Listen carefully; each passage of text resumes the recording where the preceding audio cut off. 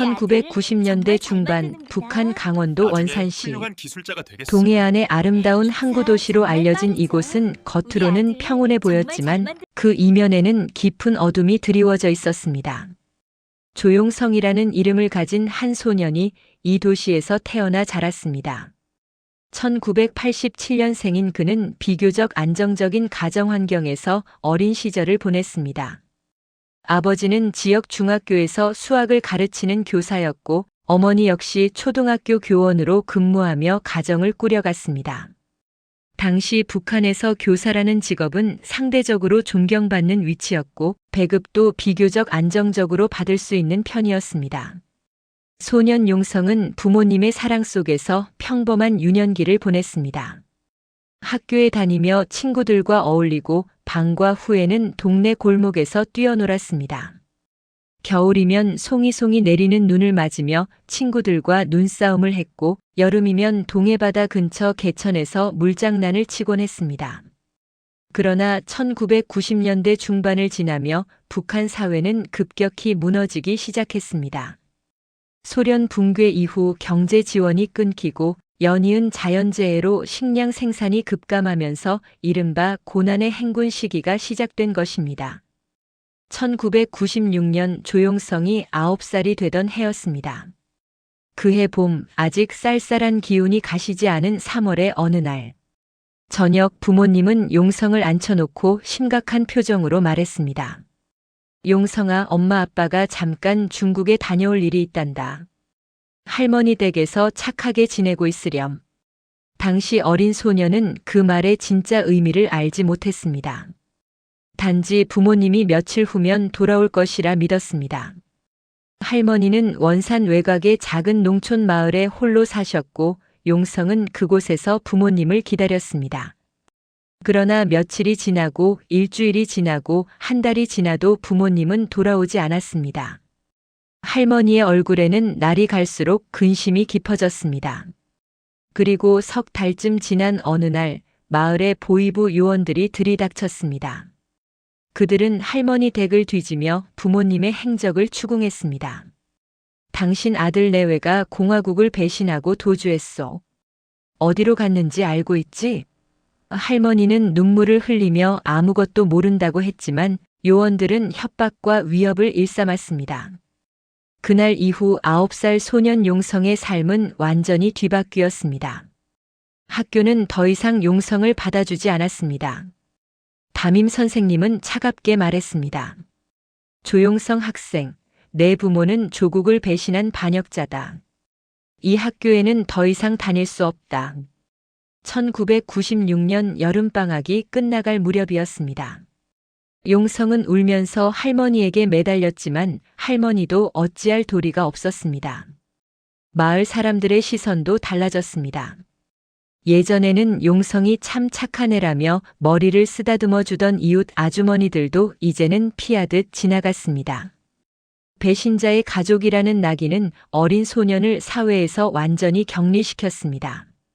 할머니는 연로하셨고 농사로 근근히 생계를 유지하셨습니다.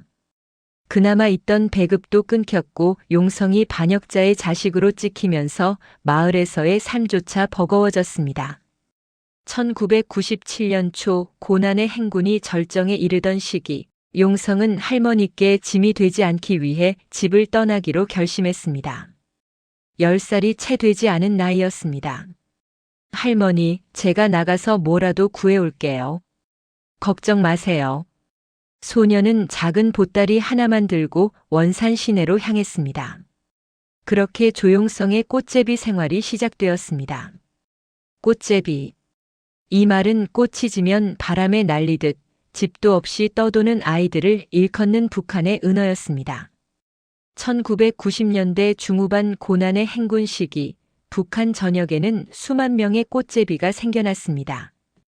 부모를 잃은 아이들, 가족에게 버림받은 아이들, 혹은 용성처럼 정치적 낙인으로 사회에서 배제된 아이들이 거리로 내몰렸습니다. 원산역 대합실, 시장 골목, 폐허가 된 건물의 지하실이 이들의 잠자리였습니다. 용성이 처음 원산역에 도착했을 때 그는 자신과 같은 처지의 아이들이 이미 수십 명, 그곳에서 생활하고 있다는 것을 알게 되었습니다.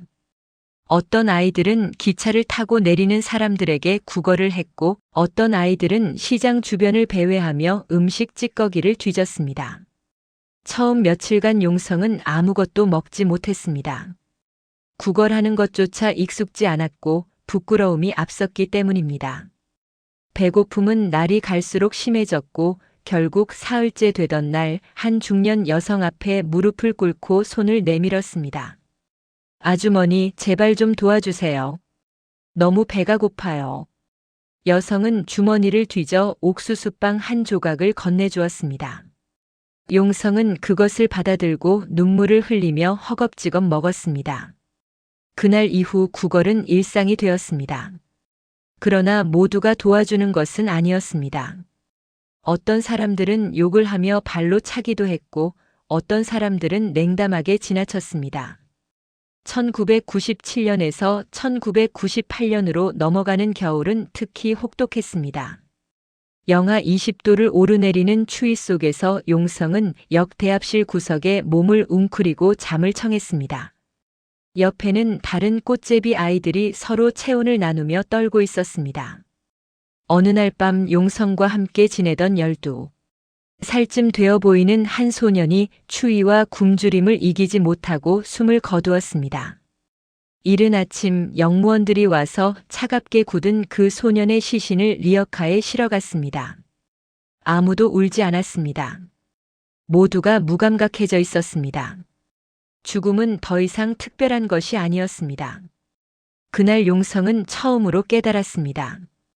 이곳에서는 내일이 보장되지 않는다. 나도 언젠가 저렇게 죽을 수 있다. 1998년 봄 용성은 11살이 되었습니다. 그는 이미 거리 생활에 익숙해져 있었고 생존의 기술을 터득하고 있었습니다. 시장에서 물건을 훔치는 법, 안전하게 잠을 잘 수 있는 장소, 어떤 사람에게 구걸해야 음식을 얻을 수 있는지. 그러나 마음 한편에는 항상 공허함이 자리하고 있었습니다.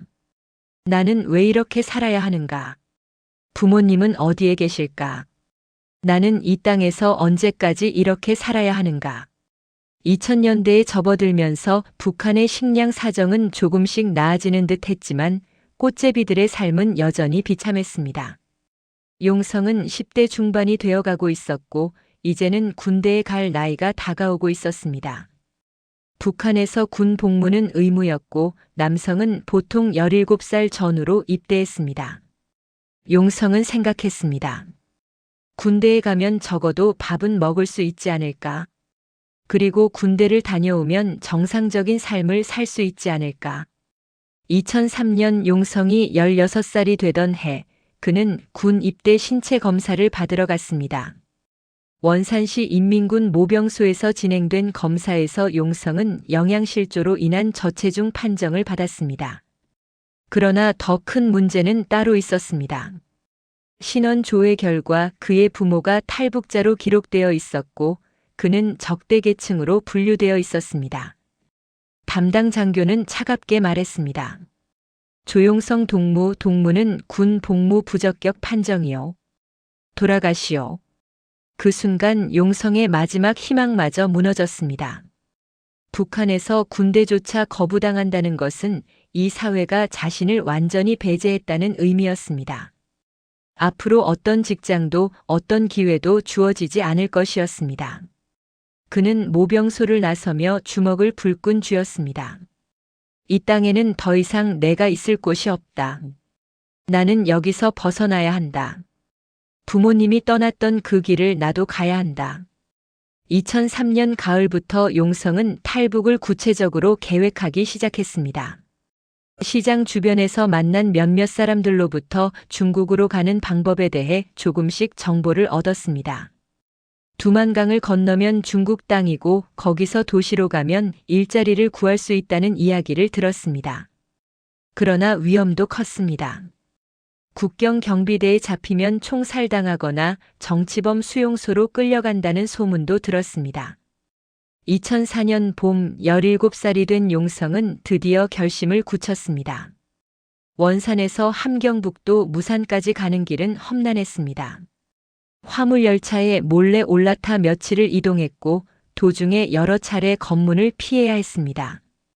무산에 도착한 것은 5월 초순이었습니다. 국경 마을의 분위기는 긴장감으로 가득했습니다.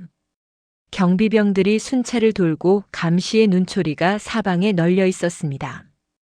용성은 며칠간 두만강 주변을 관찰하며 기회를 엿보았습니다. 그리고 5월 중순 어느 날 밤 달이 구름에 가려진 어둠 속에서 강을 건너기로 했습니다.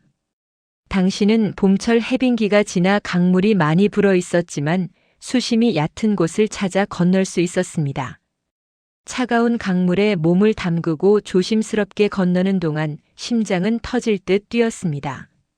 지금 총소리가 나면 나는 죽는다. 하지만 돌아가도 죽는다. 앞으로 나아가는 수밖에 없다. 강을 반쯤 건넜을 때 저 멀리서 경비병의 손전등 불빛이 보였습니다. 용성은 재빨리 물속에 몸을 낮추고 숨을 죽였습니다. 불빛이 이쪽으로 향하는가 싶더니 다시 다른 방향으로 돌아갔습니다. 몇 분간의 정적 후 용성은 다시 조심스럽게 강을 건넜습니다. 마침내 중국 땅에 발을 디뎠을 때 그는 그 자리에 주저앉아 한참을 숨을 고르며 울었습니다. 드디어 벗어났다. 이제 자유다. 이제 새로운 삶을 살 수 있다. 그러나 그것은 착각이었습니다. 진짜 시련은 이제 막 시작된 것이었습니다. 중국 땅을 밟은 순간 용성은 자신이 여전히 위험 속에 있다는 것을 곧 깨닫게 될 것이었습니다. 2004년 5월 중순 중국 지린성 투먼시 인근 두만강을 건넌 용성은 젖은 옷을 입은 채 어둠 속을 헤매고 있었습니다. 강을 건넌 직후의 안도감은 오래가지 않았습니다. 주변은 칠흑 같은 어둠이었고 어디로 가야 할지 방향조차 알 수 없었습니다.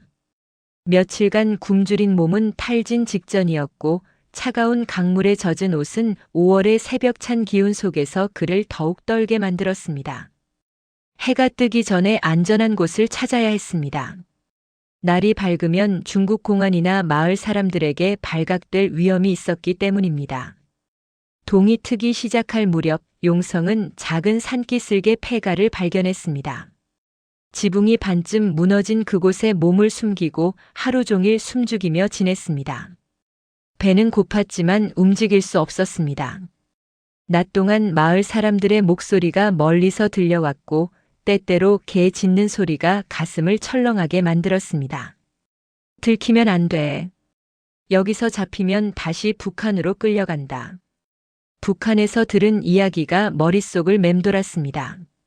중국은 탈북자들을 체포하여 북한으로 강제 송환한다는 것, 송환된 사람들은 정치범 수용소나 처형장으로 보내진다는 것. 해가 지고 어둠이 내린 후 용성은 조심스럽게 폐가를 나섰습니다.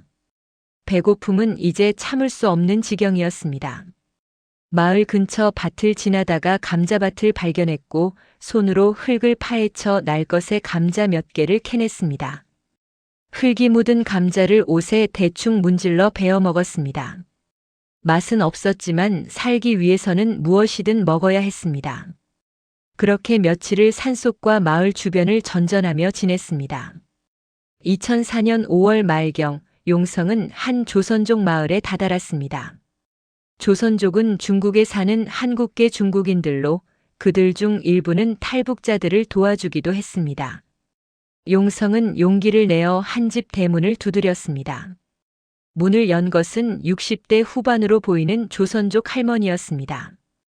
용성이 북한에서 왔다고 말하자 할머니는 잠시 주저하다가 안으로 들어오라고 했습니다. 빨리 들어와라. 밖에서 보면 안 돼. 할머니는 용성에게 밥 한 그릇과 김치를 내주었습니다. 오랜만에 먹는 제대로 된 밥이었습니다. 밥을 먹는 동안 할머니는 물었습니다. 어디로 갈 거냐? 용성은 대답했습니다. 잘 모르겠어요. 그냥 일자리를 찾아서 살고 싶어요. 할머니는 고개를 저었습니다. 여기서는 안 돼. 공안들이 자주 순찰을 돌아. 너 같은 애들 잡으려고 혈안이 되어 있어. 남쪽으로 가야 해. 한국 대사관이 있는 베이징이나 선양 아니면 몽골 쪽으로 가야 안전해. 용성은 처음 듣는 이야기들이었습니다. 한국 대사관, 베이징, 몽골. 그곳이 어디인지도 정확히 몰랐습니다. 할머니는 며칠간 용성을 집에 숨겨주었고 그 사이 마을의 다른 조선족들을 통해 정보를 모았습니다. 당시 2004년 무렵에는 탈북자들을 몽골로 보내는 루트가 있었습니다. 중국 내몽골 지역을 거쳐 몽골 국경을 넘으면 몽골 정부는 탈북자들을 한국으로 보내주었습니다. 그러나 그 여정은 수천 킬로미터에 달했고 여러 번 검문을 피해야 했으며 막대한 비용이 필요했습니다. 할머니는 용성에게 기독교 선교사들이 탈북자를 돕는다는 이야기를 해주었습니다. 내일 저녁에 선교사 한 분이 올 거야. 그분께 내 이야기를 해봐라. 다음 날 저녁 40대 중반쯤 되어 보이는 한국인 남성이 할머니 댁을 찾아왔습니다. 그는 자신을 박 목사라고 소개하며 용성에게 물었습니다. 정말로 한국으로 가고 싶습니까? 용성은 고개를 끄덕였습니다. 그러나 마음 한편에는 의구심도 있었습니다. 북한에서 받은 교육이 머릿속을 지배했습니다. 기독교는 제국주의의 앞잡이다. 선교사들은 사람들을 속여 노예로 만든다. 북한 체제는 종교를 철저히 탄압했고 특히 기독교를 적대시했습니다. 용성은 혼란스러웠습니다. 눈앞에 이 사람은 친절해 보였지만 10여 년간 주입받은 세뇌 교육은 쉽게 사라지지 않았습니다. 박 목사는 용성의 망설임을 눈치채고 말했습니다. 천천히 생각해 보세요. 제가 당신을 강제로 데려갈 수는 없어요. 하지만 도움이 필요하면 언제든 연락하세요. 그는 조선족 할머니에게 연락처를 남기고 떠났습니다.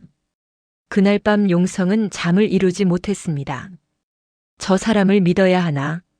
하지만 다른 방법이 있나? 혼자서는 어디로도 갈 수 없는데. 며칠간 고민한 끝에 용성은 결정을 내렸습니다. 그러나 그 결정은 선교사를 따라가는 것이 아니었습니다.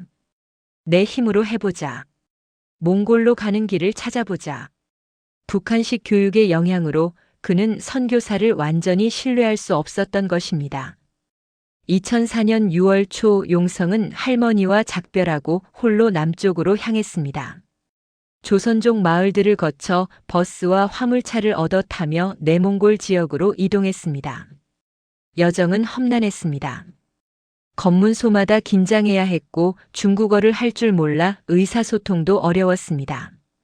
몇 번은 공안의 눈을 피하기 위해 산속을 며칠씩 걸어야 했습니다. 한 달 가까이 걸려 내몽골 후룬베이얼 지역에 도착했습니다.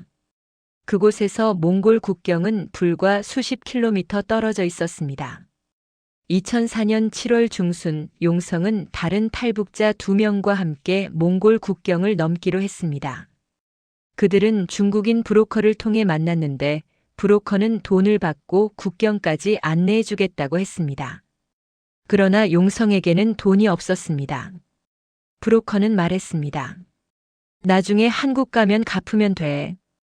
일단 따라와. 세 사람은 밤을 이용해 국경 철조망을 넘으려 했습니다. 그러나 계획은 어긋났습니다. 국경을 넘다가 중국 공안에게 발각되었습니다. 서 있어, 움직이지 마.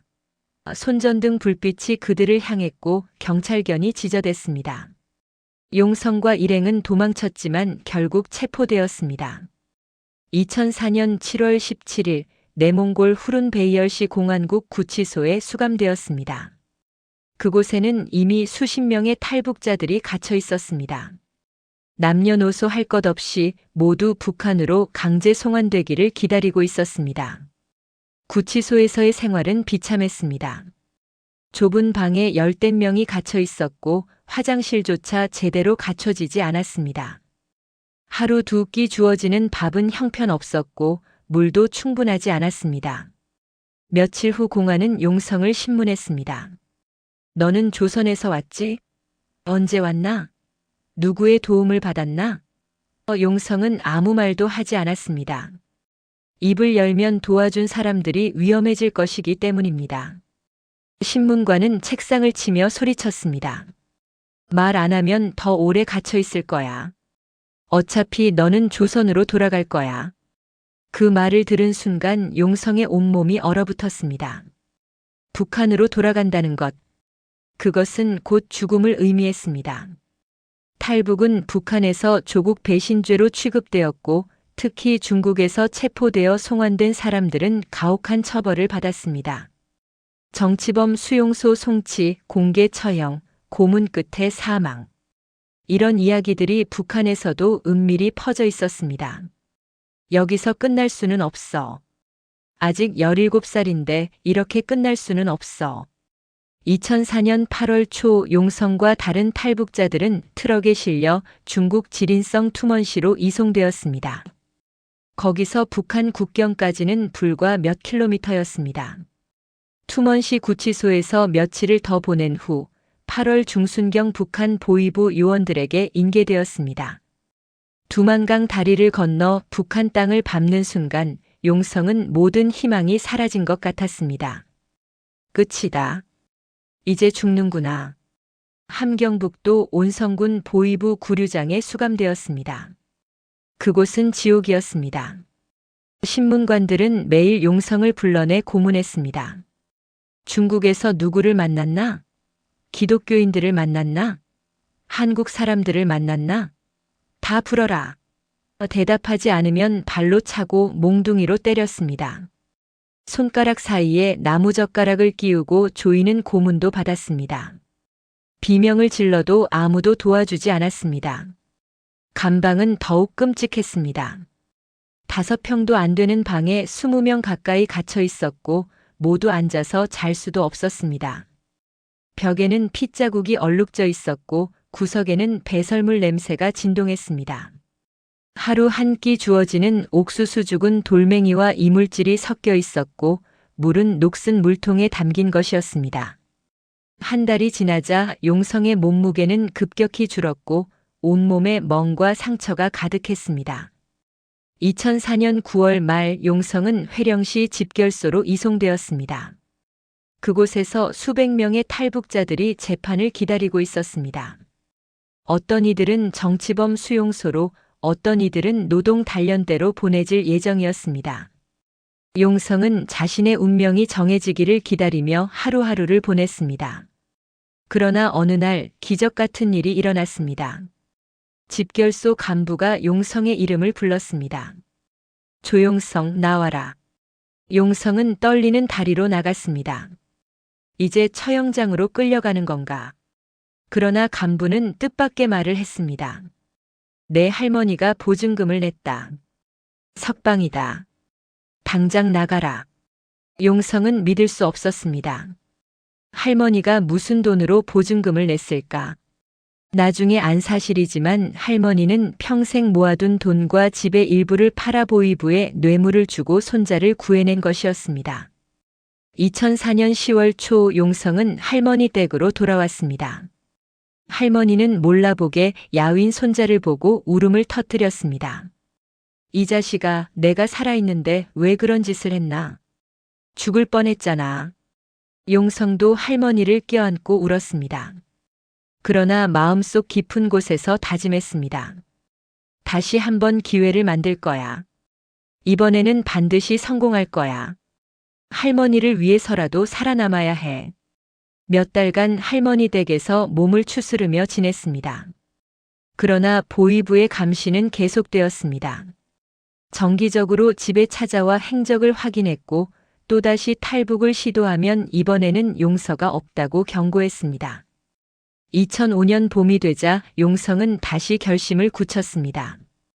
이번에는 제대로 준비해서 가자. 그리고 절대 실패하지 말자.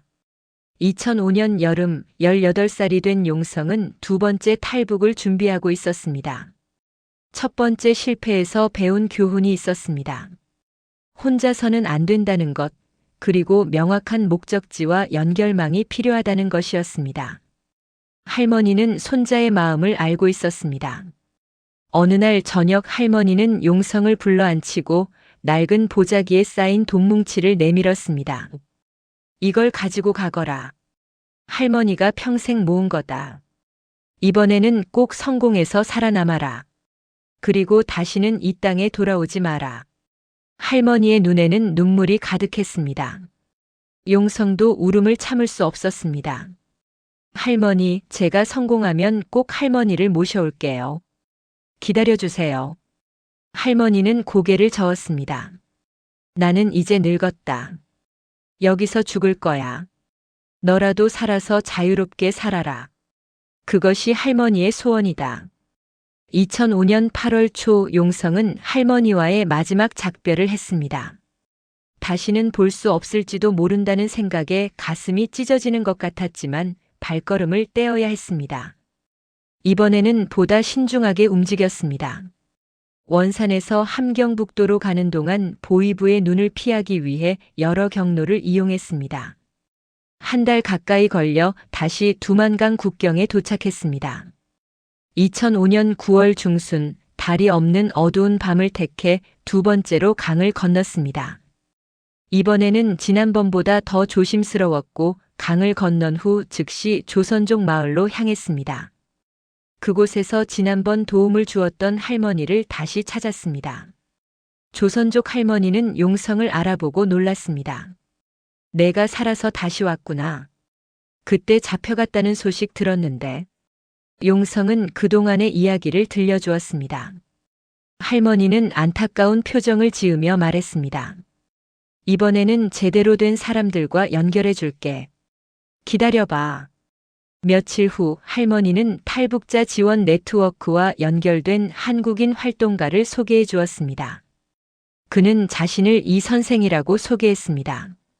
이 선생은 2000년대 중반 중국에서 탈북자들을 돕는 지하 네트워크의 일원이었습니다. 용성 씨, 이번에는 안전한 루트로 보내드릴게요. 하지만 시간이 좀 걸립니다. 그리고 여러 단계를 거쳐야 해요. 이 선생이 설명한 계획은 이러했습니다. 먼저 중국 내륙 도시로 이동하여 위조 신분증을 만들고 그 다음 상하이의 국제학교에 잠입하여 외국 공관의 도움을 받는다는 것이었습니다. 당시 일부 탈북 청소년들은 국제학교나 외국 공관에 진입하여 망명을 신청하는 방법을 사용했습니다. 2005년 10월부터 용성은 중국 랴오닝성 선양시에 머물렀습니다. 그곳에서 한 조선족 가정의 도움으로 몇 달간 숨어 지냈습니다. 낮에는 집 안에만 있어야 했고 밤에만 조심스럽게 산책을 나갔습니다. 공안의 단속은 여전히 심했고 탈북자를 숨겨주다 적발되면 벌금이나 처벌을 받았기 때문에 모두가 조심스러웠습니다. 그 기간 동안 용성은 중국어를 조금씩 익히려 노력했고 이 선생이 가져다준 한국 드라마를 보며 나만의 모습을 처음 접했습니다. 텔레비전 화면 속 서울의 화려한 거리, 자유롭게 웃고 떠드는 사람들, 풍요로운 삶의 모습. 용성은 충격을 받았습니다. 저게 진짜 한국이란 말인가? 북한에서 배운 것과는 완전히 다르잖아. 우리는 속아왔던 거야. 10여 년간 북한에서 주입받은 선전, 남조선은 미제의 식민지이고 인민들이 굶주리고 있다는 거짓말들이 무너지는 순간이었습니다. 그날 밤 용성은 일기장에 적었습니다. 나는 새로운 세상을 보았다. 이제 나도 저곳에 가고 싶다. 2006년 3월 이 선생으로부터 연락이 왔습니다. 준비가 되었습니다. 상하이로 가야 합니다. 용성은 다른 탈북 청소년 5명과 함께 기차를 타고 상하이로 향했습니다. 여정은 이틀이 걸렸고 도중에 여러 번 검문을 통과해야 했습니다. 위조 신분증을 들고 떨리는 손으로 공안에게 내밀 때마다 심장이 터질 것 같았습니다. 다행히 검문은 무사히 통과했고 2006년 3월 말 상하이에 도착했습니다. 상하이는 용성이 상상했던 것보다 훨씬 거대하고 화려한 도시였습니다. 고층 빌딩들이 즐비하고 거리는 자동차와 사람들로 가득했습니다. 이것이 중국이라는 나라구나. 북한과는 비교도 안 되는 발전된 곳이구나. 현지 협조자의 안내로 상하이 푸동 지역의 한 국제학교 근처 숙소에 머물렀습니다. 계획은 학교가 문을 여는 시간에 맞춰 교내로 진입하여 학교 관계자나 외국인 교사에게 도움을 요청하는 것이었습니다. 2006년 4월 초순, 운명의 날이 다가왔습니다. 4월 3일 월요일 아침 용성과 5명의 일행은 학교 정문 근처에서 대기했습니다. 등교 시간에 맞춰 학생들 사이에 섞여 교내로 들어갈 계획이었습니다. 오전 7시 30분경 학생들이 등교하기 시작했고 그들도 함께 움직였습니다. 그러나 정문 경비원이 낯선 얼굴들을 알아챘습니다. 너희들 누구야? 학생증 보여줘. 순간 일행 중 한 명이 당황하여 도망치려 했고 그 순간 경비원이 무전기로 신고했습니다. 불법 침입자들이다. 공안에 신고해라. 용성과 일행은 학교 밖으로 뛰쳐나갔지만 이미 인근에서 대기하던 공안 차량이 도착했습니다. 2006년 4월 3일 오전 8시경 6명 모두 체포되었습니다. 상하이 푸동 신구공안 분국으로 연행되었고 그날 저녁 구치소에 수감되었습니다. 다시 감옥이었습니다. 용성은 절망감에 빠졌습니다. 또 실패했다. 이번에는 정말 끝이다. 2번이나 탈북했다는 기록이 있으니 이번에 북한으로 송환되면 확실히 죽는다. 함께 잡힌 다른 이들도 공포에 떨었습니다. 그들 중 한 명인 19살 소녀는 울면서 말했습니다. 우리 이제 죽는 거예요. 돌아가면 총살당해요. 밤마다 감방에서는 흐느끼는 소리가 들렸습니다. 구치소에서의 신문이 시작되었습니다. 공안은 그들이 어떻게 상하이까지 왔는지 누가 도와주었는지 캐물었습니다. 용성은 끝까지 입을 다물었습니다. 도와준 사람들을 밝히면 그들도 위험해질 것이기 때문이었습니다. 신문과는 협박했습니다. 말 안 하면 북조선으로 보낼 거야. 너희가 거기 가면 어떻게 되는지 알지? 용성은 알고 있었습니다. 공개 처형장, 정치범 수용소, 고문실. 그 모든 것이 머릿속에 떠올랐습니다. 2006년 4월 중순 구치소에서의 열흘째 되던 날이었습니다. 감방 동료 중 한 명이 몰래 가지고 있던 작은 종이 쪽지를 꺼내 보여주었습니다. 거기에는 성경 구절이 적혀 있었습니다. 수고하고 무거운 짐진 자들아 다 내게로 오라 내가 너희를 쉬게 하리라. 그는 조용히 말했습니다. 저는 중국에 있을 때 교회에 다녔어요. 목사님께서 어려울 때 기도하라고 하셨어요. 같이 기도해요. 용성은 기도라는 것을 제대로 접해본 적이 없었습니다. 북한에서 종교는 금지되어 있었고 기독교는 특히 탄압받았습니다. 그러나 이제 달리 의지할 곳이 없었습니다. 그날 밤 용성은 생애 처음으로 기도를 했습니다. 무릎을 꿇고 손을 모으고 마음속으로 간절히 외쳤습니다. 신이시여 정말 당신이 계신다면 저를 도와주세요. 저는 아직 죽고 싶지 않습니다. 살고 싶습니다. 자유롭게 살고 싶습니다. 눈물이 주르륵 흘러내렸습니다. 그러나 현실은 냉혹했습니다. 4월 말 공안은 그들을 북한으로 송환하기로 결정했습니다. 중국과 북한 사이의 협정에 따라 탈북자들은 자동으로 북송되는 것이 관례였습니다. 5월 초 송환 날짜가 잡혔다는 통보를 받았습니다. 용성과 일행은 절망에 빠졌습니다. 이제 정말 끝이구나. 모든 것이 끝났다. 그러나 기적은 뜻밖의 곳에서 시작되었습니다. 함께 체포되었던 일행 중 한 명이 체포 당시 몰래 휴대전화를 숨겨두었고 구치소로 이송되기 전 급히 한국의 인권단체에 메시지를 보냈던 것입니다.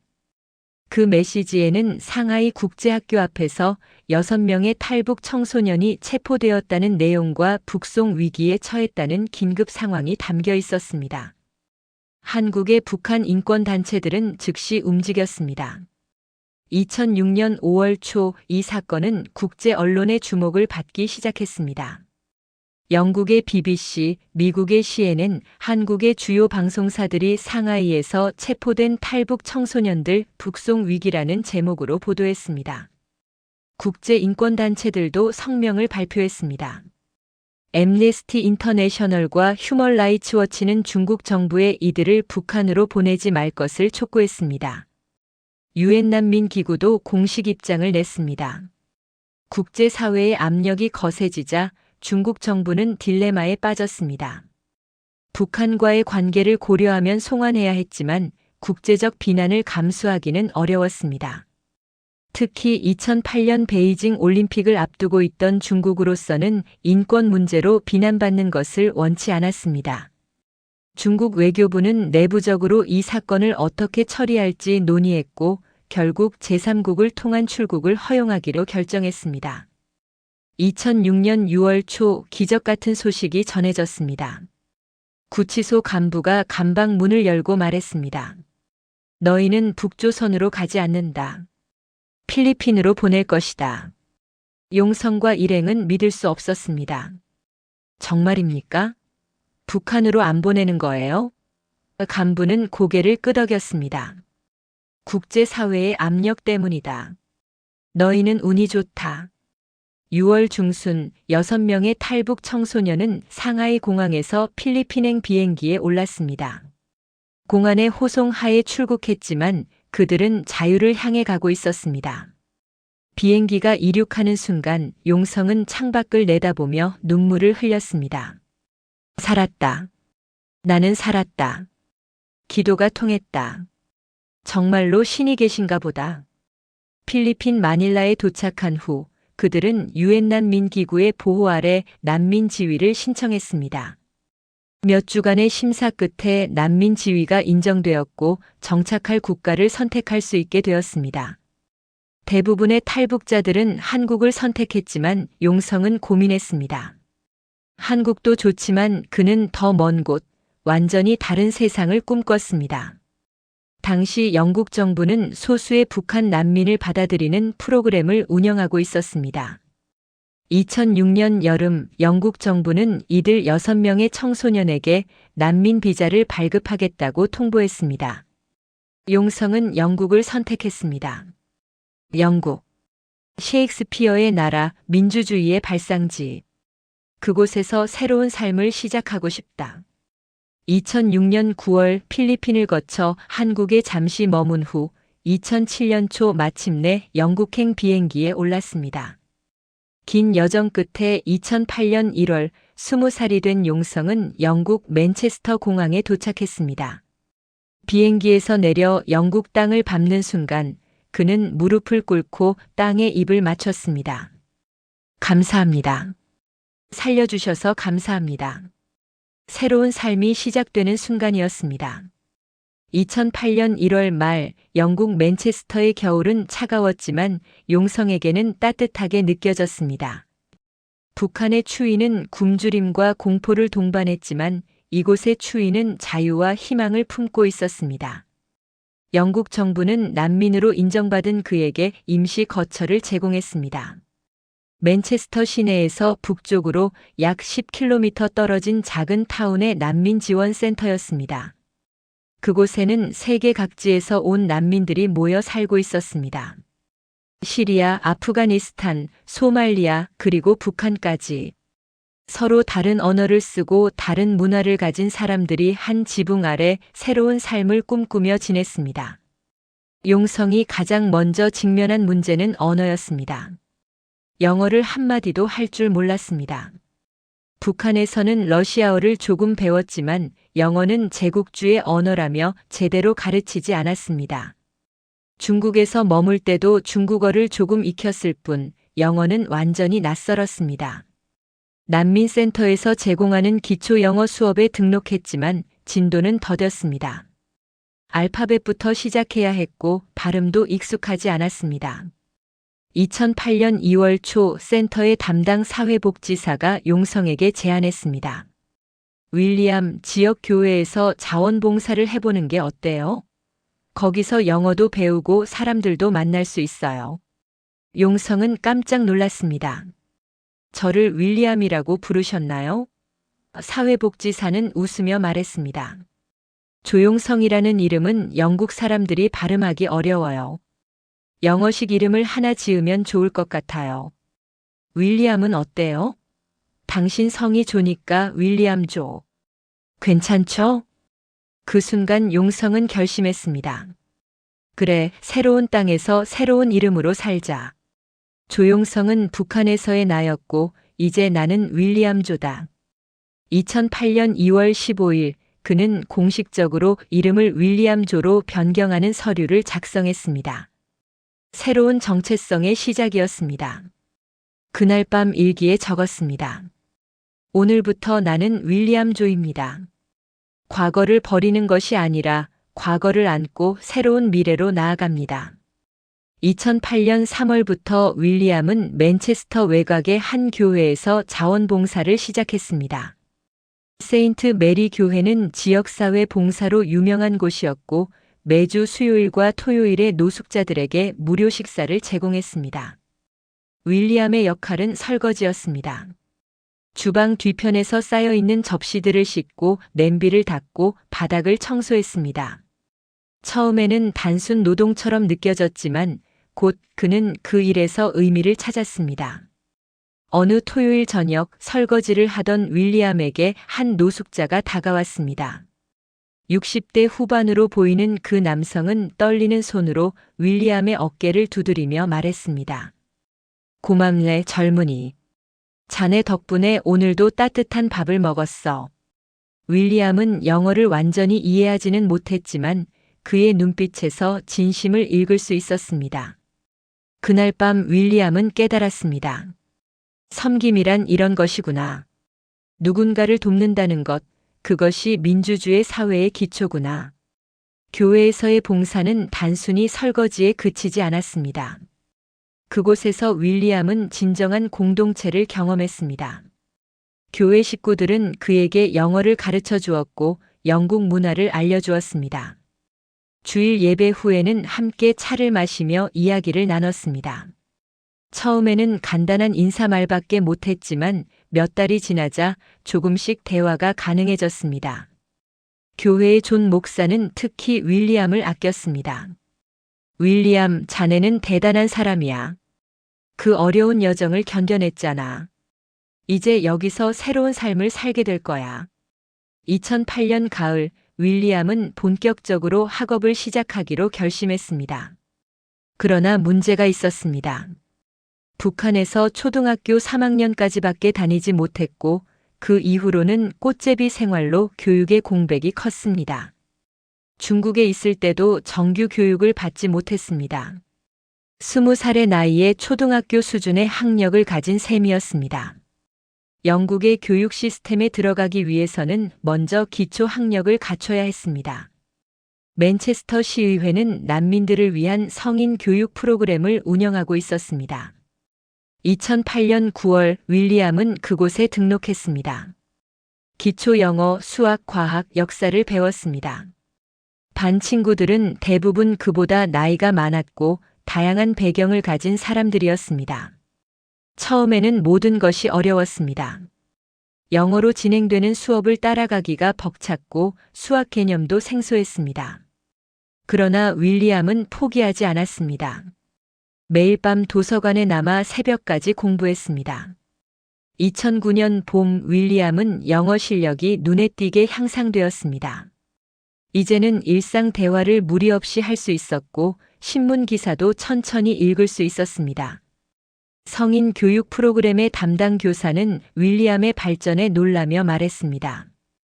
윌리엄, 당신은 정말 열심히 하는군요. 이 속도라면 고등학교 과정도 금방 마칠 수 있을 거예요. 윌리엄은 감사하다고 답했습니다. 제게 이런 기회를 주셔서 감사합니다. 북한에서는 상상도 못할 일이었어요. 교사는 궁금한 듯 물었습니다. 북한은 어땠나요? 윌리엄은 잠시 망설이다가 이야기를 시작했습니다. 꽃제비 시절, 굶주림, 탈북 과정, 중국 감옥에서의 고통. 교사는 눈물을 글썽이며 들었습니다. 그런 일을 겪었군요. 이제 여기서는 안전해요. 당신의 이야기를 많은 사람들이 알아야 해요. 그날 이후 윌리엄은 자신의 이야기를 나누는 것을 두려워하지 않게 되었습니다. 오히려 그것이 북한의 실상을 알리는 방법이라고 생각했습니다.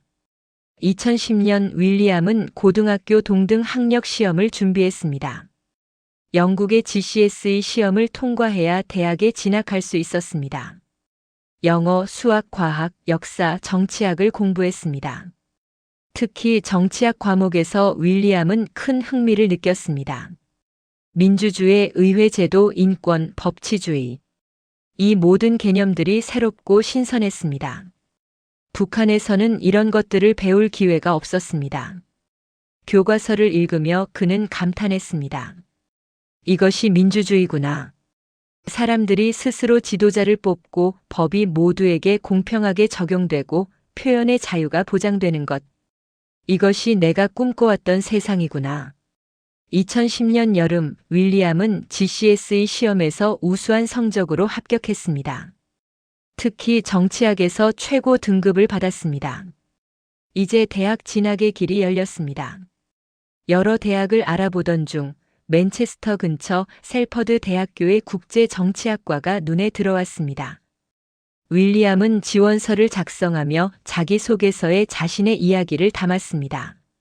저는 북한에서 태어나 자유를 찾아 이곳까지 왔습니다.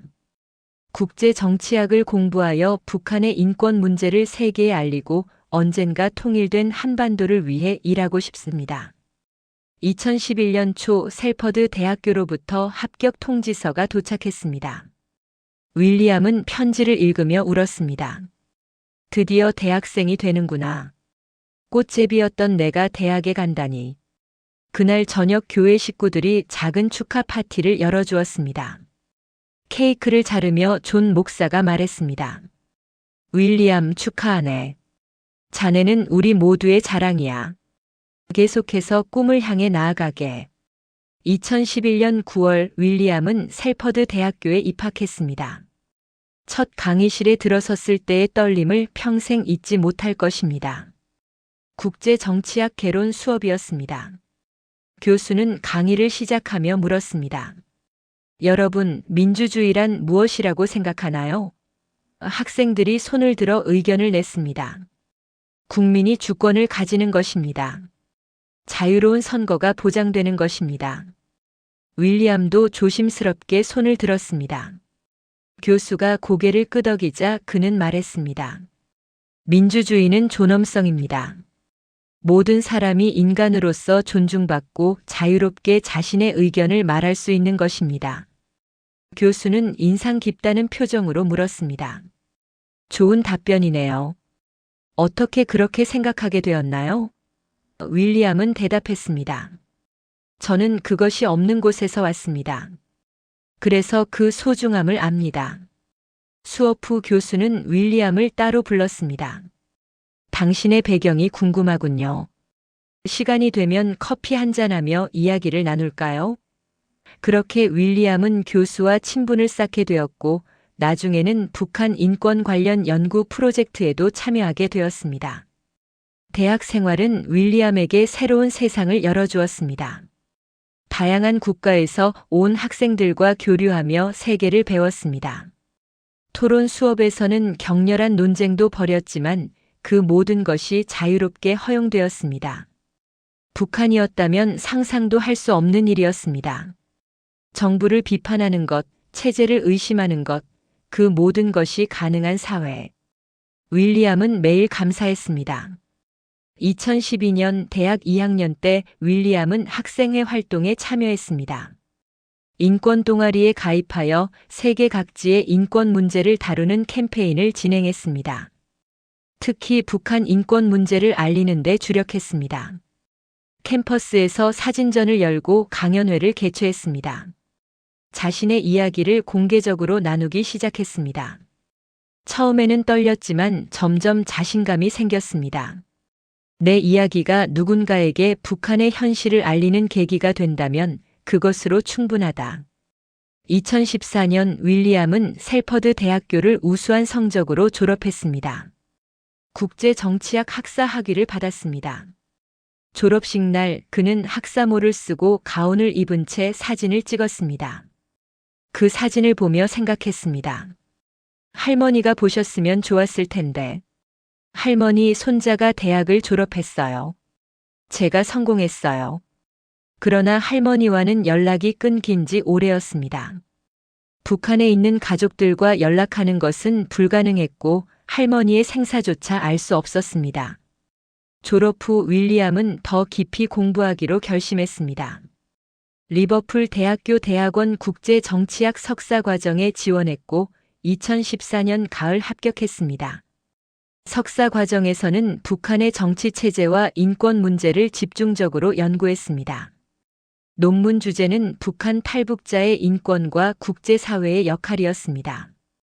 자신의 경험을 학문적으로 분석하고 해결 방안을 모색하는 작업이었습니다.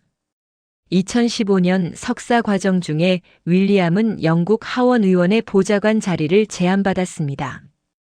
보수당 소속의 한 의원이 북한 문제에 관심이 많았고 윌리엄의 배경을 알고 함께 일하자고 제안한 것입니다. 윌리엄은 흔쾌히 수락했습니다. 2015년 여름부터 주 3일은 대학원에서 공부하고 주 2일은 의원실에서 일했습니다. 의원실에서는 북한 관련 서한 작성, 인권 보고서, 검토, 국제회의 참석 등의 업무를 맡았습니다. 2016년은 윌리엄에게 특별한 해였습니다. 4월 영국 시민권을 취득했습니다.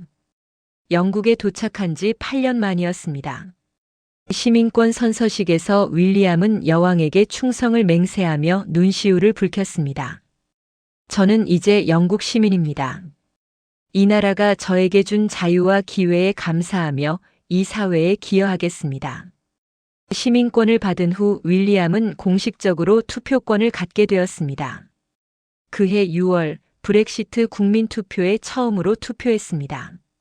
투표용지에 표시하는 순간 그는 감격했습니다. 내가 이 나라의 미래를 결정하는 한 표를 던지고 있구나. 같은 해 여름 윌리엄은 리버풀 대학교에서 석사 학위를 받았습니다. 이제 그는 학사와 석사를 모두 가진 국제 정치학 전문가가 되었습니다. 북한 인권 문제에 관한 전문성을 인정받아 여러 국제기구에서 강연 요청이 들어왔습니다. 유엔 인권이사회, 유럽의회, 각국의 대학과 연구소에서 그를 초청했습니다. 윌리엄은 세계를 돌며 북한의 실상을 알렸습니다. 2017년 윌리엄은 영국 의회 내 북한 문제에 관한 초당파 의원 모임의 사무국장으로 임명되었습니다. 이 모임은 여야를 막론하고 북한 인권 문제에 관심 있는 의원들이 모인 단체였습니다. 윌리엄의 역할은 회의를 조직하고 전문가를 초청하고 정책 제안서를 작성하는 것이었습니다. 그는 마침내 정치의 중심에서 일하게 되었습니다. 이것이 바로 섬김의 정치구나. 권력이 아니라 봉사가 정치의 본질이구나. 영국 의회에서 일하며 그는 민주주의의 작동 원리를 직접 목격했습니다. 2018년 윌리엄은 30살이 되었습니다. 북한을 떠난 지 14년, 영국에 온 지 10년이 되던 해였습니다. 그해 봄 윌리엄은 인생의 새로운 전환점을 맞이했습니다. 어느 날 보수당 맨체스터 지부장으로부터 연락을 받았습니다. 윌리엄, 우리와 함께 정치를 해보지 않겠습니까? 당신의 이야기와 경험은 많은 사람들에게 영감을 줄 것입니다. 지방선거에 출마해 보시는 것은 어떻습니까? 윌리엄은 깊이 고민했습니다. 정치인이 된다는 것. 그것은 단순히 자신의 꿈을 이루는 것을 넘어서 북한에 남아있는 수많은 사람들을 대변하는 일이었습니다. 내가 정치인이 되면 더 큰 무대에서 북한 인권 문제를 이야기할 수 있다. 정책을 만들고 법을 바꿀 수 있다. 며칠간의 고민 끝에 윌리엄은 결심했습니다. 하겠습니다. 도전해 보겠습니다. 2019년부터 윌리엄은 본격적으로 정치 활동을 시작했습니다. 보수당에 공식 입당하고 맨체스터 지역의 당원 모임에 참석했습니다. 지역 주민들을 만나고 그들의 목소리를 들었습니다. 처음에는 낯설었습니다. 영국인들 사이에서 동양인, 그것도 북한 출신이라는 배경은 때로 호기심의 대상이었고 때로는 편견의 대상이기도 했습니다. 그러나 윌리엄은 포기하지 않았습니다. 그는 거리에 나가 유권자들과 악수하고 그들의 고민을 경청했습니다. 2019년 가을 한 지역 타운홀 미팅에서 윌리엄은 자신의 이야기를 공개적으로 나누었습니다. 저는 북한의 꽃제비였습니다.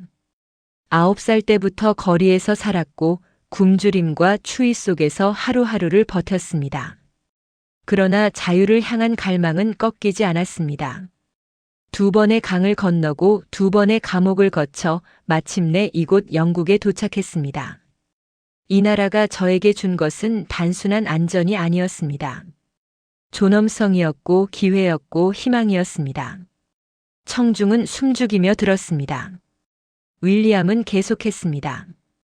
저는 이제 여러분과 함께 이 지역 사회를 더 나은 곳으로 만들고 싶습니다. 제가 받은 것을 돌려드리고 싶습니다. 그것이 제가 정치를 하려는 이유입니다. 연설이 끝나자 청중은 기립박수를 보냈습니다. 한 노부인이 다가와 윌리엄의 손을 잡으며 말했습니다. 당신은 우리 모두에게 영감을 줍니다. 당신 같은 사람이 정치인이 되어야 해요. 2020년은 전 세계가 코로나19 팬데믹으로 혼란스러웠던 해였습니다. 그러나 윌리엄은 이 시기에도 멈추지 않았습니다. 온라인으로 지역 주민들과 소통하고 화상회의를 통해 북한 인권 세미나를 개최했습니다. 유엔 인권이사회에서도 그를 초청하여 온라인 증언을 요청했습니다. 2020년 9월 제네바에서 열린 유엔 인권이사회 화상회의에서 윌리엄은 증언했습니다. 존경하는 의장님과 각국 대표 여러분, 저는 북한의 인권 유린을 직접 경험한 생존자로서 이 자리에 섰습니다. 북한에는 지금도 수만 명의 꽃제비들이 거리를 떠돌고 있습니다. 정치범 수용소에는 10만 명이 넘는 사람들이 갇혀 있습니다. 탈북자들은 중국에서 체포되어 강제 북송되고 돌아가면 고문과 처형이 기다리고 있습니다. 윌리엄의 목소리는 떨렸지만 힘이 있었습니다. 국제사회는 더 이상 침묵해서는 안 됩니다. 북한 주민들의 인권은 협상의 대상이 아닙니다. 그들도 우리와 같은 인간입니다. 증언 후 여러 국가의 대표들이 윌리엄에게 감사를 표했습니다. 영국 대표는 그에게 말했습니다. 당신의 용기에 감사드립니다. 영국 정부는 북한 인권 문제를 계속해서 제기할 것입니다. 그날의 증언은 여러 언론에 보도되었고 윌리엄은 국제적으로 더욱 알려지게 되었습니다. BBC는 그의 이야기를 특집 다큐멘터리로 제작했고 2020년 12월에 방영되었습니다. 꽃제비에서 인권운동가로 윌리엄 조의 여정이라는 제목이었습니다. 2021년은 윌리엄에게 가장 도전적인 해였습니다. 5월 영국 지방선거에 보수당 후보로 출마하기로 결정한 것입니다. 맨체스터 외곽의 한 선거구였습니다. 전통적으로 노동당이 강세를 보이던 지역이었기에 쉽지 않은 도전이었습니다. 그러나 윌리엄은 두려워하지 않았습니다. 저는 이미 죽음의 문턱을 여러 번 넘었습니다. 선거에서 지는 것쯤은 두렵지 않습니다. 2021년 2월부터 본격적인 선거 운동이 시작되었습니다. 윌리엄은 매일 아침 일찍 일어나 거리로 나갔습니다. 지하철역 앞에서 전단지를 나눠주고 주민들과 악수했습니다. 안녕하십니까? 저는 윌리엄 조입니다. 이번 지방선거에 출마했습니다. 처음에는 많은 사람들이 그냥 지나쳤습니다. 어떤 이들은 관심조차 보이지 않았습니다. 그러나 윌리엄은 포기하지 않았습니다. 어느 토요일 오후 지역시장에서 선거 유세를 하던 중이었습니다. 한 중년 남성이 다가와 물었습니다. 당신은 어디서 왔나요? 억양이 좀 다른 것 같은데. 윌리엄은 솔직하게 답했습니다. 저는 북한에서 왔습니다. 탈북자입니다. 남성은 놀란 표정을 지었습니다. 북한이요? 정말입니까? 그런데 어떻게 여기서 선거에 나왔나요? 윌리엄은 자신의 이야기를 간략하게 들려주었습니다. 남성은 고개를 끄덕이며 말했습니다. 놀랍습니다. 당신 같은 사람이 정치인이 되어야 합니다. 당신은 자유가 얼마나 소중한지 아는 사람이니까요. 당신에게 투표하겠습니다. 그날 윌리엄은 깨달았습니다. 내 이야기가 무기가 될 수 있구나. 내 과거가 사람들에게 울림을 줄 수 있구나. 선거 운동 기간 동안 윌리엄은 여러 토론회에 참석했습니다. 다른 후보들과 정책을 논했습니다. 교육, 의료, 주택, 일자리. 모든 주제에서 윌리엄은 자신만의 시각을 제시했습니다. 저는 아무것도 없는 상태에서 시작했습니다. 이 사회가 저에게 교육의 기회를 주었고 그 덕분에 오늘의 제가 있습니다. 우리는 모든 사람에게 기회를 주는 사회를 만들어야 합니다. 그의 진정성은 사람들에게 전달되었습니다. 2021년 5월 6일 투표일이 밝았습니다. 윌리엄은 아침 일찍 투표소에 가서 자신에게 한 표를 던졌습니다. 내가 나에게 투표하는 이 순간이 얼마나 감격스러운가. 북한에서는 상상조차 할 수 없던 일이구나. 저녁에 개표가 시작되었고 윌리엄과 선거 캠프 식구들은 긴장 속에 결과를 기다렸습니다. 자정이 넘어 결과가 발표되었습니다. 노동당 후보가 당선되었고 윌리엄은 2위를 기록했습니다. 당선되지는 못했지만 윌리엄은 실망하지 않았습니다. 오히려 미소를 지었습니다. 저는 이미 승리했습니다. 북한 출신 탈북자가 영국 선거에 출마했고 수천 명의 사람들이 저에게 표를 주었습니다. 이것만으로도 충분히 의미 있습니다. 선거 캠프의 동료들은 윌리엄을 격려했습니다. 다음 기회가 있을 거예요. 당신은 이미 많은 사람들의 마음을 얻었어요. 선거 이후에도 윌리엄의 활동은 계속되었습니다. 2021년 여름 유럽의회에 초청받아 북한 인권 상황에 관해 증언했습니다. 브뤼셀의 유럽의회 본회의장에서 그는 연설했습니다. 존경하는 의원 여러분, 유럽은 인권의 요람입니다. 유럽의 가치는 자유, 민주주의, 인권입니다.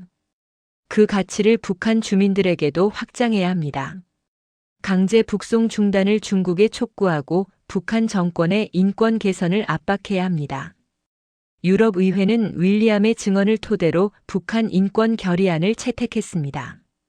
2021년 9월 유럽의회는 만장일치로 북한 인권 개선과 강제 북송 중단을 요구하는 결의안을 통과시켰습니다. 윌리엄은 그 자리에 참석하여 눈물을 흘렸습니다. 내 목소리가 변화를 만들어내고 있구나. 내 이야기가 정책이 되고 있구나. 2022년 윌리엄은 새로운 프로젝트를 시작했습니다. 탈북 청소년들을 돕는 비영리 단체를 설립한 것입니다. 프리덤 브릿지라는 이름의 이 단체는 영국에 정착한 탈북자들에게 교육과 취업 기회를 제공했습니다. 윌리엄은 자신이 받은 도움을 다른 이들에게 전하고 싶었습니다. 저는 혼자 힘으로 여기까지 온 것이 아닙니다. 수많은 사람들의 도움이 있었습니다. 이제 제가 돕는 사람이 되고 싶습니다. 프리덤 브릿지는 첫 해에 15명의 탈북자를 도왔습니다. 영어 교육, 직업 훈련, 심리 상담을 제공했습니다. 그중 한 명은 20살의 젊은 여성이었습니다. 그녀는 윌리엄에게 말했습니다. 윌리엄 씨의 이야기를 듣고 용기를 얻었습니다. 저도 새로운 삶을 시작할 수 있다는 것을 알게 되었습니다. 윌리엄은 그녀의 손을 잡으며 답했습니다. 당신은 할 수 있습니다. 저도 그랬으니까요. 2023년 윌리엄은 자서전을 출판했습니다. 두 개의 강, 하나의 희망이라는 제목이었습니다. 책에는 그의 삶의 모든 순간이 담겨 있었습니다. 원산에서의 어린 시절, 꽃제비 생활, 2번의 탈북, 중국과 북한 감옥에서의 고문, 기적적인 구출, 영국에서의 새로운 시작, 그리고 정치인으로의 도전까지. 책은 출간되자마자 베스트셀러가 되었습니다. 영국뿐만 아니라 미국, 캐나다, 호주에서도 번역 출간되었습니다. 책을 읽은 독자들로부터 수많은 편지가 도착했습니다. 한 독자는 이렇게 썼습니다. 당신의 이야기는 제 인생을 바꿨습니다. 저는 제 문제들이 크다고 생각했지만 당신의 이야기를 읽고 나니 제가 얼마나 축복받은 삶을 살고 있는지 깨달았습니다. 감사합니다. 윌리엄은 모든 편지에 일일이 답장을 썼습니다. 당신의 삶도 소중합니다. 제 이야기가 조금이라도 도움이 되었다면 기쁩니다. 2024년 윌리엄은 다시 한번 선거에 도전할 준비를 하고 있습니다. 이번에는 더 넓은 선거구, 더 큰 무대를 목표로 하고 있습니다. 그는 여전히 매일 아침 거리로 나가 사람들을 만납니다. 그리고 말합니다. 저는 희망을 포기하지 않을 것입니다. 제가 지금 하고 있는 역할들이 언제 결실을 맺을지 모르지만 저는 믿습니다. 한반도가 다시 하나로 연결되는 그날을 보고 있습니다. 어느 가을 저녁 윌리엄은 맨체스터 외곽의 작은 언덕에 올랐습니다. 해가 지고 있었고 도시의 불빛이 하나둘 켜지기 시작했습니다. 그는 하늘을 바라보며 속삭였습니다. 할머니, 저 잘 살고 있어요. 할머니가 저에게 주신 사랑과 희생 덕분에 여기까지 왔습니다. 언젠가 통일된 한반도에서 할머니 무덤 앞에 꽃을 바칠 수 있는 날이 오겠지요. 바람이 불어왔습니다. 윌리엄은 눈을 감았습니다. 꽃제비 시절의 추위, 감옥에서의 고통, 그 모든 트라우마가 이제는 그를 무너뜨리지 않았습니다. 오히려 그것들은 그를 더 강하게 만들었고 더 단단하게 만들었습니다. 나는 자유와 희망의 증인입니다. 나는 계속 외칠 것입니다. 북한에 남아있는 내 형제자매들을 위해, 여전히 고통받는 모든 이들을 위해. 윌리엄 조의 이야기는 아직 끝나지 않았습니다. 그는 지금도 런던과 맨체스터를 오가며 북한 인권 개선을 위해 일하고 있습니다. 국제회의에 참석하고 정책 제안서를 작성하고 탈북자들을 돕고 다음 선거를 준비하고 있습니다. 그의 앞에는 여전히 많은 도전이 놓여 있지만 그는 두렵지 않습니다. 2025년 현재 37살이 된 윌리엄은 여전히 꿈을 꿉니다. 언젠가 통일된 한반도에서 북한 사람들이 자유롭게 숨 쉬는 날을 꿈꿉니다. 그날이 올 때까지 그는 멈추지 않을 것입니다. 꽃제비였던 소녀는 이제 희망의 전령이 되었습니다. 두 개의 강을 건넜던 그는 이제 자유와 억압 사이의 다리가 되어 수많은 이들에게 길을 밝히고 있습니다. 윌리엄 조의 목소리는 오늘도 계속됩니다. 저는 희망을 포기하지 않을 것입니다. 그 목소리는 맨체스터의 거리에서, 런던의 의회에서, 제네바의 유엔 본부에서, 그리고 세계 곳곳에서 울려 퍼지고 있습니다. 자유를 위한 외침. 그것은 결코 멈추지 않을 것입니다.